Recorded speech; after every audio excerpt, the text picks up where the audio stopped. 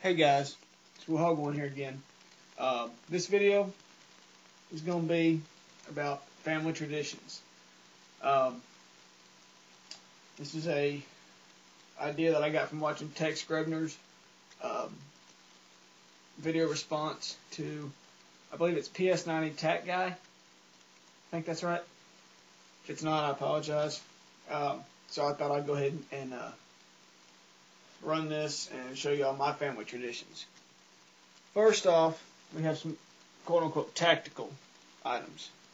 This is the Smith & Wesson Model 6904, chambered in 9mm. The reason this is a family tradition, this is given to me by my wife's dad. It's one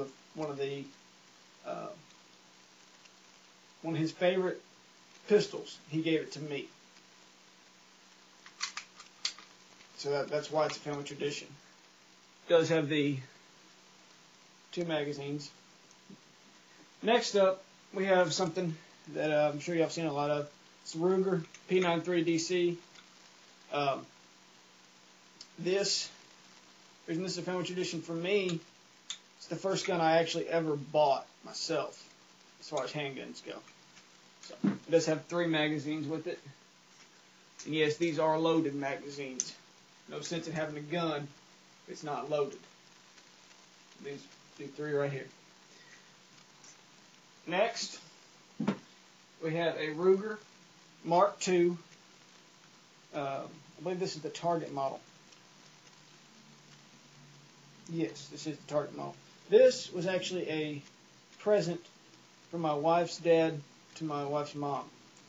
He actually gave it to her right when they got married back in the 70s. So it's not that old, but it's still family tradition for us. And that one does have 5 magazines with it. Next, we have the Smith & Wesson Model 10-5. This one, very, very special weapon for me. My grandpa actually had this particular weapon. The full barrel shroud put on, the top rail put on, the custom sight put on, and this also has interchangeable cylinders on it. I have the 357 cylinder on here now, but it will also take an actual 38 cylinder. This is a target pistol. That's what this is for. This was, like I said, given to me by my grandpa. One of the first actual guns he ever gave me. So anyway, that's why that was special. This right here is my Mossberg Model 500C, chambered in 20 gauge. This is the first gun my dad actually bought for me. This is my first actual, I bought this gun for you. I got this on Christmas, when I turned 11. Doesn't have too many scars. It's got a couple right here on the receiver, a little bit of dented up wood. But this is taking a lot of clay pigeons at the range. This, I'm sure many of y'all have seen before, is the Model 1100 with the magazine extension on it. This was given to me, again, by my wife's dad.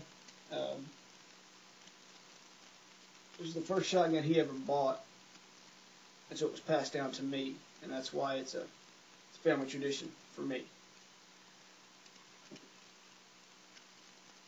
Next thing up on the list is my pride and joy. This is my Remington Model 742 Woodsmaster, chambered in 30-06.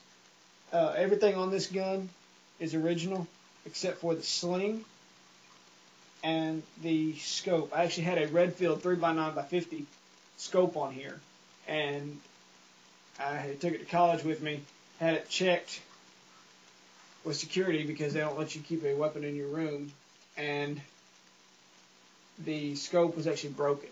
The reticles were broken. So I had to replace the scope on here. But this gun My dad bought this gun new in 1976. He's taken many, many, many deer with this weapon and passed it on to me, and I'll pass it on to my boy or my girl one day. It does have the one magazine. These things are about $60 from Remington to get an extra magazine for it. Now we move on to edged weapons. This, I don't know how well you're going to be able to see it, but this is a handmade knife that my father-in-law had, my wife's dad, had made, and he passed it on to me. So it's got the handmade sheath for it. Pretty neat. Now come to my hunting knife. This is a white Puma. A Puma White Hunter. German knife. It does have the wood handle, not the stag. I wish it had the stag handles on it, but as you can see, it's a monster knife. You can see my hand here. I mean, that's a pretty good sized knife right there. My grandpa bought my dad one and my uncle one back when they were teenagers, and so he passed this down to me. It does have the leather sheath on it, full leather. And one day it'll be passed down to my kid, be it a boy or a girl. And the last thing I have to show you is not a weapon, but it is something that I think is a family tradition.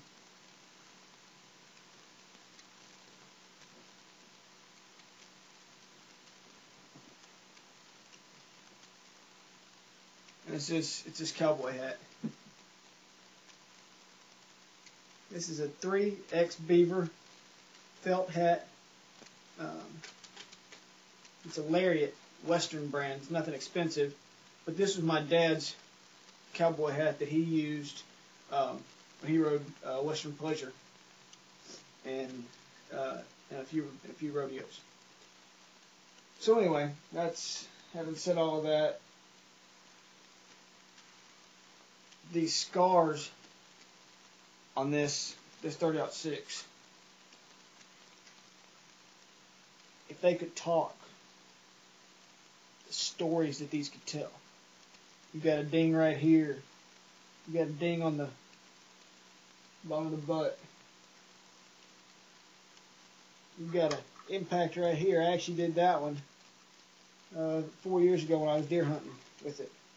Each one of these dents and dings and everything tells a story.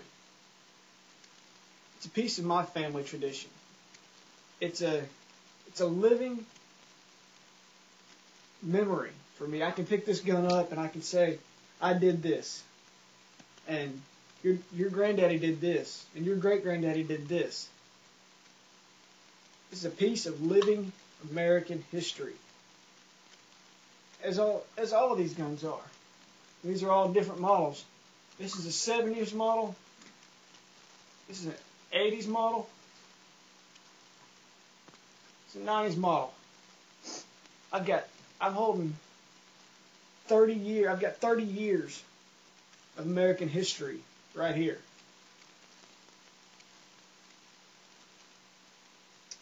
So that's just something to think about. And